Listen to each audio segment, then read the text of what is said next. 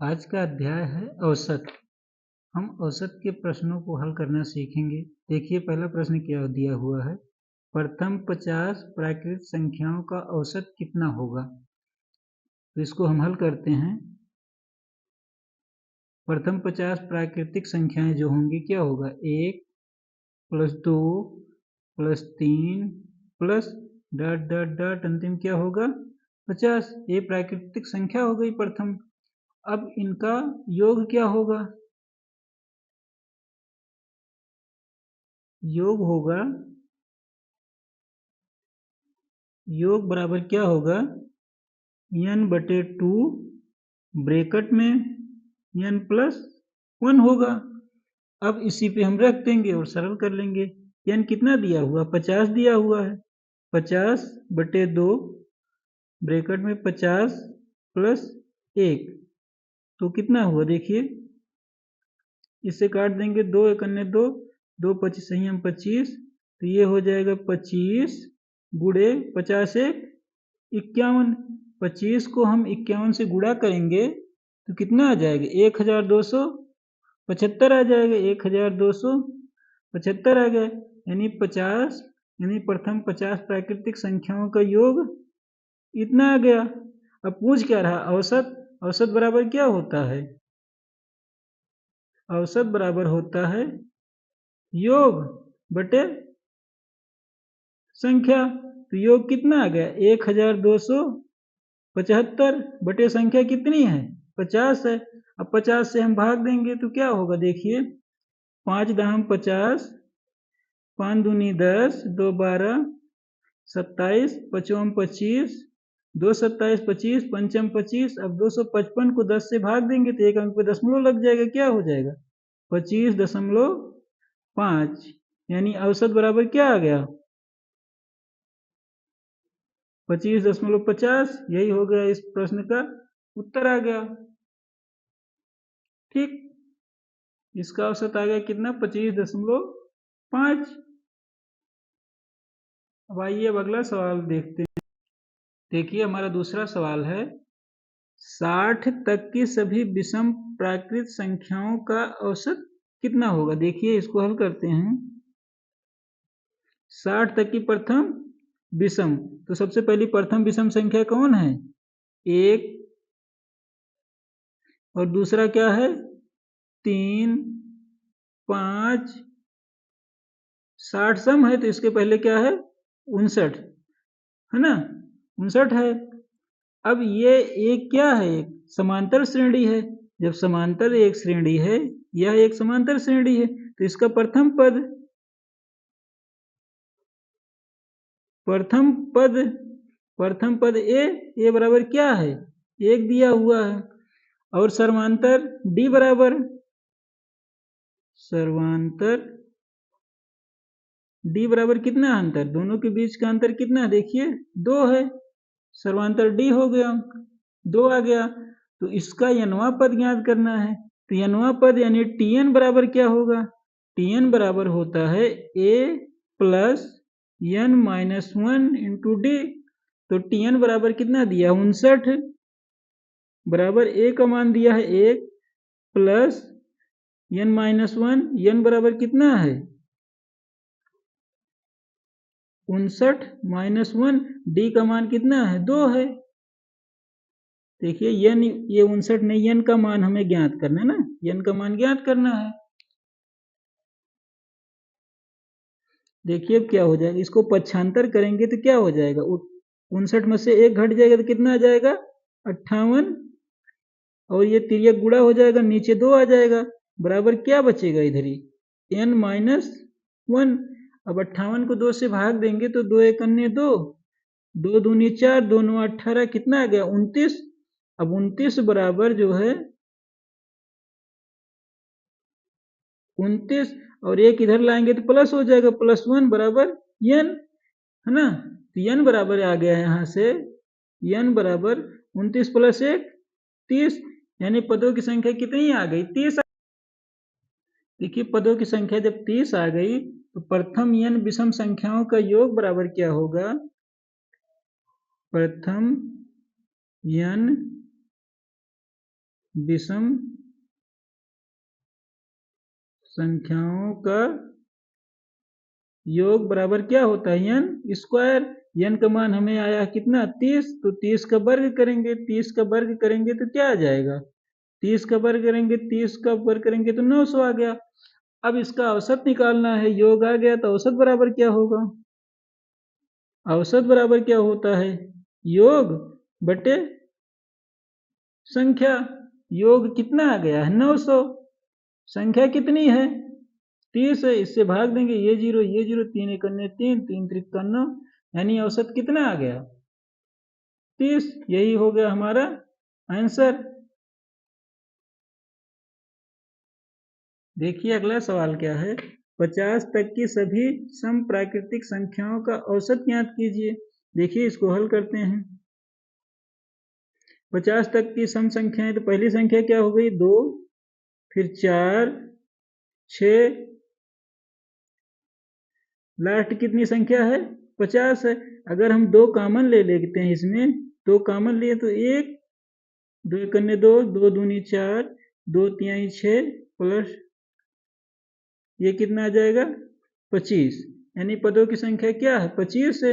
तो ये इनका योग बराबर क्या होगा, योग बराबर क्या होगा, प्रथम n प्राकृतिक संख्याओं का योग जो होता प्रथम n प्राकृतिक सम संख्याओं का योग जो होता है n, ब्रैकेट में क्या होता है n प्लस 1,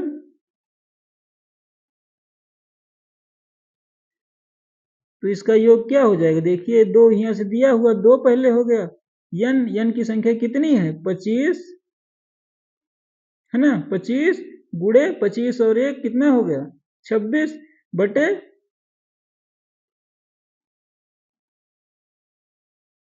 ये 2 से ये 2 कैंसिल हो गया, तो योग बराबर कितना आ गया 25 गुड़े 26 है ना, योग बराबर इतना आ गया। अब क्या कह रहा है, औसत पूछ रहा है, तो औसत बराबर क्या होता है, औसत बराबर होता है योग बटे संख्या। तो देखिए योग कितना हुआ है 25 गुड़े 26 बटे संख्या कितनी है 25 है, 25 कर दिया, 25 से 25 कैंसिल हो गया, बचा कितना 26 बचा, तो औसत बराबर क्या आ गया, औसत बराबर 26 आ गया। यही हमारा आंसर आ गया। देखिए हमारा अगला सवाल, ए बी तथा सी की आयु क्रमशः 32 वर्ष 36 वर्ष तथा 46 वर्ष है, इनकी औसत आयु कितनी है। तो इनके हल करेंगे, ए और बी, ए बी सी की आयु का योग क्या होगा, पहले ए बी सी की आयु का योग निकालेंगे, योग कितना आ जाएगा 32 वर्ष प्लस 36 वर्ष प्लस 46 वर्ष, इस तीनों को जोड़ेंगे तो कितना आ जाएगा 114 वर्ष आ जाएगा, 114 वर्ष आ गया।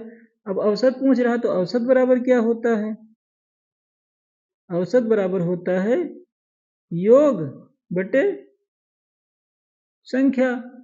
तो इनका योग कितना आ गया है 114, संख्या कितना है ए बी सी 3 ही है, 3 से भाग देंगे, 3 से भाग देंगे तो कितना आ जाएगा, देखिए 3 त्रिका 9, 2 11 24, 3 अठे 24, यानी कितना आ गया इनका औसत 38 वर्ष।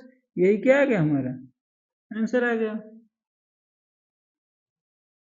देखिए अगला सवाल है, एक कक्षा के 31 छात्रों का औसत भार 30 किलोग्राम है, यदि अध्यापक का भार भी सम्मिलित कर लिया जाए तो औसत भार में 500 ग्राम की वृद्धि होती है, तो अध्यापक का भार ज्ञात कीजिए। तो इसमें सबसे पहले हम 31 छात्रों का कुल भार ज्ञात करेंगे ना, हल 31 छात्रों का कुल भार पहले ज्ञात करेंगे, 31 छात्रों का कुल भार बराबर कितना हो जाएगा, यानी 30 गुड़े 31, है ना। 30 को 31 से गुणा करेंगे तो कितना आ जाएगा, देखिए 3 एक 3 और 3 त्रिका 9, 930 किलोग्राम आ गया। अब कह रहा है 31 छात्र 31 छात्र प्लस अध्यापक का औसत भार कितना है, औसत भार यानी 30 का तो औसत 30 ही है, अध्यापक का बढ़ जाता है कितना 500 ग्राम, तो 500 ग्राम को किलो में बदलेंगे तो कितना आ जाएगा 0.5 किलोग्राम। तो कितना आ जाएगा इसका, इसका आ जाएगा 30 में 0.5 जोड़ेंगे तो 30.5 किलोग्राम आ जाएगा। इनका तो औसत आ गया, जब औसत आ गया अब क्या ज्ञात करेंगे, 31 छात्र प्लस अध्यापक का कुल भार ज्ञात करेंगे। कुल भार कितना होगा, 31 छात्र और एक अध्यापक कितना हो गए 32, 32 गुणे 30.5 करेंगे, जब इसको गुणा करेंगे तो कितना आ जाएगा, 32 गुणे 30.5 से गुणा करेंगे तो आ जाएगा 976 किलोग्राम। कितना आ जाएगा 976 किलोग्राम। अब पूछ रहा अध्यापक का भार कितना है, पूछ रहा है अध्यापक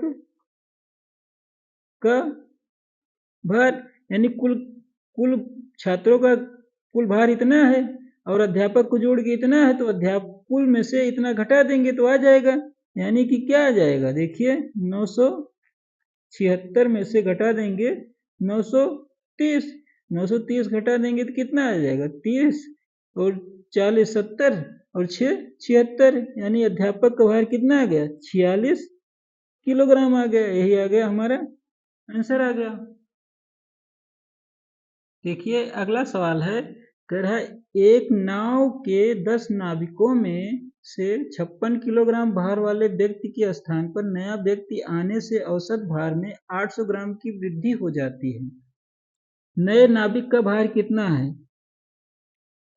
यानी कह रहा है 56 किलोग्राम व्यक्ति के स्थान पे, यानी 56 किलोग्राम का गया व्यक्ति, अगर 56 किलोग्राम का आता तो कोई प्रभाव नहीं पड़ता, लेकिन उससे ज्यादा आया तो 800 ग्राम की वृद्धि हो गई, तो 800 ग्राम को हम पहले किलोग्राम में बदल देंगे,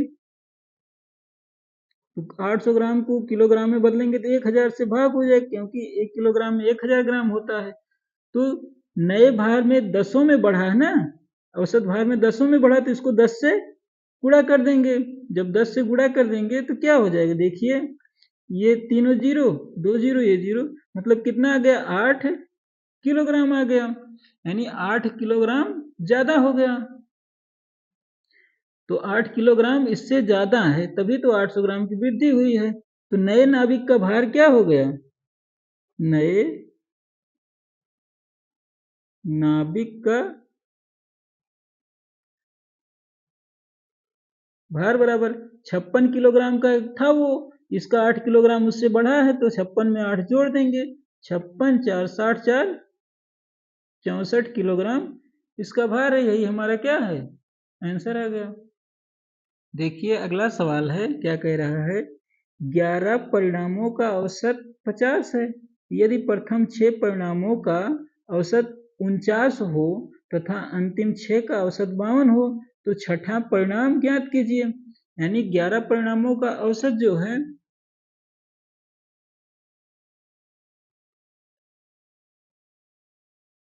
देखिए इसको हम हल करेंगे, कैसे हल करेंगे देखिए, यानी कि इसमें जो है 11 परिणामों का औसत इतना है तो 11 परिणामों का कुल परिणाम ज्ञात करेंगे, फिर प्रथम 6 परिणामों का परिणाम ज्ञात करेंगे और अंतिम 6 परिणामों का परिणाम ज्ञात करेंगे।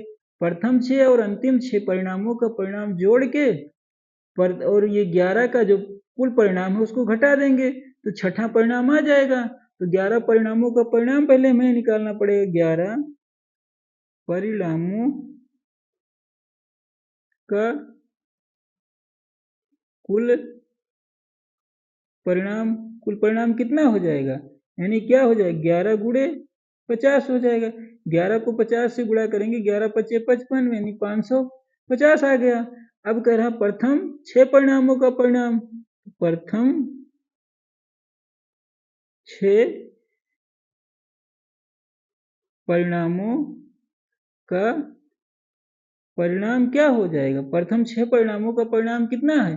49 है। तो 6 गुणे 49 होगा। 6 को 49 से गुणा करेंगे कितना आ जाएगा? 6 9 54 और 6 चौक 24, 24 5 29, 294 आ गया। अब अंतिम 6 परिणामों का परिणाम,